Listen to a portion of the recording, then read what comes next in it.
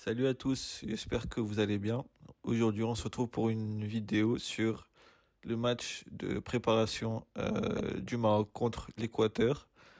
Et on va faire ça en regardant des images arrêtées du match et en regardant point par point. Donc, je vais commencer par la progression en zone basse du Maroc à partir des 6 mètres. Donc, on a pu voir des choses intéressantes avec ça. Euh, la possibilité de créer des avantages dynamiques en mettant les joueurs sur une même ligne, par exemple, pour déstructurer le double pivot de l'Équateur. Donc là, on voit, par exemple, Herimet qui est ici avec le ballon et Lainaoui plus haut et Caicedo qui est juste ici. Et tout ça pour permettre, par exemple, euh, à Brahim Diaz de recevoir. Par exemple, si l'Ainaoui part à droite et que la posture de Hrimet part à droite pour aller à contresens et permettre à Brahim Diaz de recevoir avec un bloc adverse qui est déstructuré. Euh, pour le coup, Diaz n'a pas été servi, mais on peut voir que euh, Mazraoui et Ounahi ont pu échanger de place. Et Mazraoui se retrouve sur la même ligne diagonale que l'Ainaoui peut être servi, là aussi, tout en ayant perturbé le marquage de l'Équateur. On retrouve ensuite le ballon sur le côté, et donc euh, euh, la plupart des joueurs axiaux du Maroc partent en direction du porteur pour proposer court. Et dans le même sens, on a le joueur le long de ligne qui est Ezazoli qui peut prendre avantage sur cette situation avec le bloc adverse qui a coulissé sur le côté gauche du Maroc. On voit par exemple ici Ordonez suivre Saibari et dans le sens inverse, Ezazoli peut envoyer une course en profondeur et peut être servi potentiellement. Là, par exemple, on sort de la pression avec Rimet et euh, on a tout le bloc de l'Équateur qui est confiné sur ce côté et on peut, si on joue rapidement, côté opposé, retrouver Hakimi qui est le long de la ligne et potentiellement prendre avantage sur ce déséquilibre. Dans d'autres situations, le Maroc a souffert quand il devait progresser de plus bas. Euh, avec la recherche du troisième homme et ce type de pattern de un double pivot et trois joueurs axiaux derrière, on a eu du mal à trouver ça parce que l'Équateur lisait bien les situations. C'est-à-dire que si Bono cherchait Hrimet, et aussi par le manque de propositions que faisaient les milieux, c'est-à-dire qu'ils n'étaient pas il se proposait pas vraiment pour demander sous pression et il ne créait pas de décalage avec les joueurs qui les marquaient, donc pas forcément de... Il n'était pas plus rapide et ne créait pas de décalage pour le faire, donc c'était plus facile pour l'adversaire de presser et on pressait aussi et du coup on coupait les lignes de passe qui étaient potentielles, donc quand Harimet a le ballon, du coup, il peut soit revenir en retrait vers Shadi Riyad, soit faire ce mouvement-là, un 2 3 vers l'Ainaoui. Et tout ça est lisible vu que c'est des mouvements à 3 qui peuvent être étudiés par l'adversaire. Et là, on a eu plus de mal. Dans d'autres situations, par exemple, voilà, il y a Harimet ici et l'Ainaoui qui demandent pas vraiment le ballon, donc le porteur, spécialement les centraux, ne savent pas vers qui euh, passer, puisque s'il passe latéral, du coup, la pression de l'Équateur va continuer sur le côté et ça va résulter sur des dégagements. Il y a beaucoup de situations où ça finit comme ça.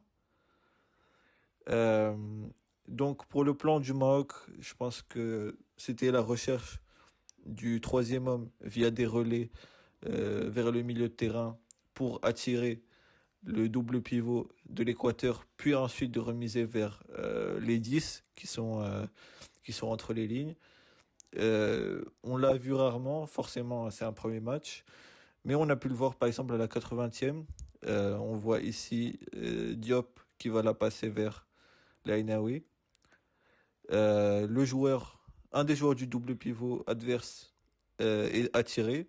Il va remiser vers Diop. Et là, on a tout cet espace qui se libère pour les joueurs, les numéros 10 du Maroc, avec aussi la fixation de Rahimi qui est là-haut pour créer du doute chez les défenseurs équatoriens et ne pas les laisser presser ces joueurs-là entre les lignes. Donc le Khanous peut recevoir et il peut la remiser en une ou après une ou deux touches vers Diaz. Et là, ça peut créer une situation très dangereuse avec potentiellement un 3v4 ou un 4 contre 4. Malheureusement, il ne sert pas Brahim et il revient vers l'arrière. Mais, mais le bloc adverse est toujours déséquilibré et il peut potentiellement y avoir Salahdin peut servir Talbi en profondeur ou Brahim entre les lignes. Donc ça peut être intéressant quand ça marche. Euh, Il y a eu aussi l'expérimentation de Saibari en faux neuf. Malheureusement, ça a pas trop marché, mais il peut y avoir du potentiel. Par exemple, on voit ici que Saibari a attiré Pacho. Et là, ça peut être intéressant si il y a quelqu'un qui prend avantage de ça. Par exemple, Hrimet, si il fait un appel dans l'espace qui est libéré, ou Ounahi, mais on l'a très rarement vu. Euh, Ce qu'on a vu de bien aussi en deuxième mi-temps, par exemple, c'est que grâce à la densité axiale qu'il y avait côté marocain, avec Saibari, Ounahi et Brahim Diaz, et quand les défenseurs équatoriens étaient attirés, ça crée des espaces à exploiter comme ici et qui peuvent être exploités par par les joueurs de côté, surtout avec de grosses pointes de vitesse comme Hakimi ou Ezzalzouli, du coup, avec cette course-là de l'extérieur vers l'intérieur, dans l'angle mort du latéral, ça peut être aussi exploité avec un ballon dans le dos. Euh, Malheureusement sur ce match, c'est un premier match bien sûr, il n'y a pas eu énormément de mouvements, c'était assez statique. Et là par exemple, on voit Hakimi qui a le ballon et pas de course de Diaz par exemple pour attirer et libérer ou ce genre de mouvement. C'était assez statique. Le Maroc a aussi eu sans ballon des, euh, des moments assez intéressants. Par exemple, ici, euh, le Maroc presse haut. Il y a toujours eu, du coup, un déclencheur, soit Saïbari, soit Ounahi, selon qui se situe proche du ballon, et l'autre qui va couvrir Caicedo, du coup.